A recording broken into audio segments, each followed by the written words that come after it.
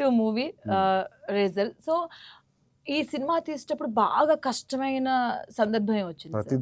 ప్రతిరోజు కష్టమే. 100 రోజులు షూటింగ్ చేసాం, ఏ రోజు పీస్ఫుల్ డే లేదు. ఓహ్! ఎందుకంటే సినిమా అంతా అలాంటి సినిమా అది. ప్రతి హ్మ్. దాంట్లోనూ ఒక టెక్నికల్ రిక్వైర్మెంట్ ఉంటుంది, యాక్షన్ రిక్వైర్మెంట్ ఉంటుంది, వందల మందితో పని. So every day was a difficult day. అందుకే తక్కువ వర్క్ పెట్టుకుని ప్రాపర్గా ఎగ్జిక్యూట్ చేసుకుంటూ వెళ్ళాం. వర్క్ని ఎక్కువ క్రామ్ చేయకుండా ఎంత వీలైతే అంత చేయగలం, అంతే చేద్దాం. బట్ పర్ఫెక్ట్గా చేద్దాం, ఎందుకంటే కాంప్లికేటెడ్ సిచ్యువేషన్స్ అన్ని సినిమా చూస్తే మీకు అర్థమవుతుంది.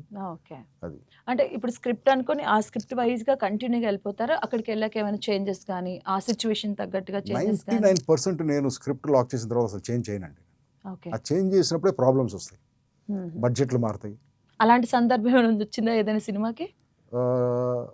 ఓ స్క్రిప్ట్ మార్చాల్సిన సందర్భం యాహ్! ఒక్కసారి అంటే సోగ్గాడ్ సినిమాకి క్లైమాక్స్ మార్చాల్సి వచ్చింది. ఓహ్! తరుణ్ గారండి ఆర్తి అగర్వాల్. బట్ యాక్చువల్గా రెండో క్యారెక్టర్ జుగల్ హన్స్రాజ్ చేసిన క్యారెక్టర్ ఉదయ్ కిరణ్ వేయాల్సింది. ఓకే. అతను ఎప్పుడైతే లాస్ట్ మినిట్ దాకా చేస్తానని చెప్పి లాస్ట్ మినిట్లో ఎప్పుడో చేయను అన్నాడు, అప్పుడు క్లైమాక్స్ స్లైట్గా మార్చాల్సి వచ్చింది. అది తప్పు నేను చేసింది. ఆ సినిమాలో అదే నేర్చుకున్నాను, ఓకే. అలాంటి తప్పులు చేయకూడదు, స్క్రిప్ట్కి ట్రూగా ఉండాలి మనం అనుకున్న దానికని చెప్పేసి. అంతే, అంతకుమించి దాని తర్వాత ఎప్పుడు అలా జరగలేదు. బట్ ఆ సినిమా కూడా బాగుంటుంది సార్. అంటే బాగుంటుంది, కామెడీ వైస్‌గా కూడా చాలా చాలా బాగుంటుంది. బాగుంది. కోట శ్రీనివాసరావు గారు, సో ఆ ఫ్రెండ్స్ క్యారెక్టర్స్ చాలా బాగుంటాయి. ఆళ్ళని తీసుకెళ్లే విధానం కూడా చాలా బాగుంటుంది. Nice film. యెస్. అదే హిందీలో ఫ్రీ మేక్ చేశారు కదా, నాకు తెలియదు అది చేసినట్టు కూడా. ఓహ్! Ajab Prem Ki Ghazab Ghazab. Kahani okay. Okay. Free make. Even I don't know. Free make అది నాకు తెలియదు. ఓకే. సినిమా రిలీజ్ అయిన తర్వాత నాకు ఎవరో ఫోన్ చేశారు చూసి, సార్ ఇది మన సినిమా సార్, అది తీస్తారని. ఓహ్! ఎలాగంటే తర్వాత చూస్తే ఇప్పుడు ఇంటర్నెట్లో నేను సెర్చ్ చేసినా కూడా అదే వస్తుంది, అజబ్ ప్రేమ్ కి గజబ్ ఖాన్ అంటే it's remake of so Soggad. Good. Okay. నేను రిజల్ట్ మళ్ళీ చెక్ చేస్తాను. మనకు తెలియకుండా రీమేక్ చేస్తారు. ఓకే.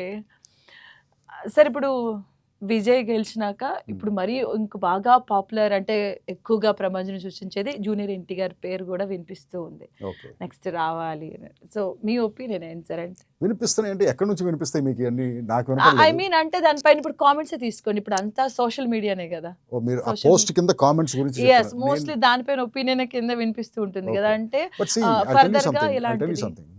మీరు ఒక పోస్ట్ చూస్తున్నారు, ఒక 100,000 వ్యూస్ ఉంటాయి. కామెంట్స్ చూస్తారు, ఒక 200 కామెంట్స్ ఉంటాయి. Why I'm what asking is this 200 of 100,000? You're asking about a small number of people, a minority of people who decide to comment. The vast ఏంటంటే సైలెంట్ మెజారిటీ. వాళ్ళు సైలెంట్గా వాళ్ళ ఒపీనియన్ వాళ్ళ దగ్గర ఉంటుంది. ఎలక్షన్ టైంలో ఓటేస్తారు అంతే వాళ్ళు కదా. అంటే మీరు జూనియర్ ఎన్టీఆర్ గారికి బాగా క్లోజ్ గా Yeah, కూడా yeah, ఉంటారు he's a కదా. good so friend. ఎప్పుడైనా మీరు కూర్చొని మాట్లాడినప్పుడు కానీ ఇలా ఈ కైండ్ ఆఫ్ టాపిక్స్ ఏమైనా నేను ఈ వస్తాయా? మధ్య కాలంలో జూనియర్ ఎన్టీఆర్ని కలవలేదండి. Oh. నేను లాస్ట్గా కలిసింది కూడా ఏదో సాడ్ ఒకేషన్లో ఎవరో పోతే కలిశాను. బట్ ఎప్పుడు ఇలాంటి topics I never speak politics అండి. మీరు ఓకే. నాకు పొలిటీషియన్స్ ఫ్రెండ్స్ బోల్డ్ మంది ఉంటారు, ఎస్. వాళ్ళతో కూర్చున్నప్పుడు కూడా పాలిటిక్స్ మాట్లాడడం. జనరల్ టాపిక్స్, లైఫ్, పిల్లలు, what ever social environment.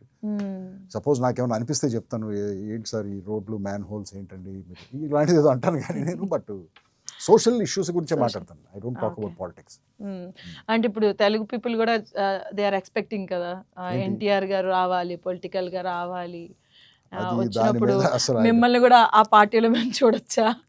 Junior NTR party yes.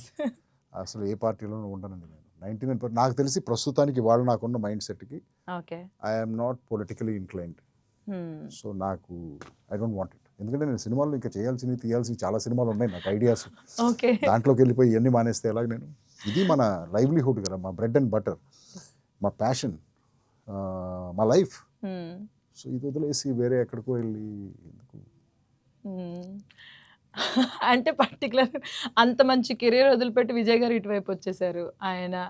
So ఆయన తిని కూడా చాలా వస్తారా అనుకున్నాడు. అని ఆయన అది సూపర్ స్టార్ అయ్యి అది చాలా అనుకున్నాడు ఆయన. Hmm. సో పబ్లిక్ సర్వీస్లోకి వచ్చాడు ఆయన. బట్ నేను ఇంకా ఇది చాలా అనుకోవట్లేదు కదా. ఓకే. Yeah.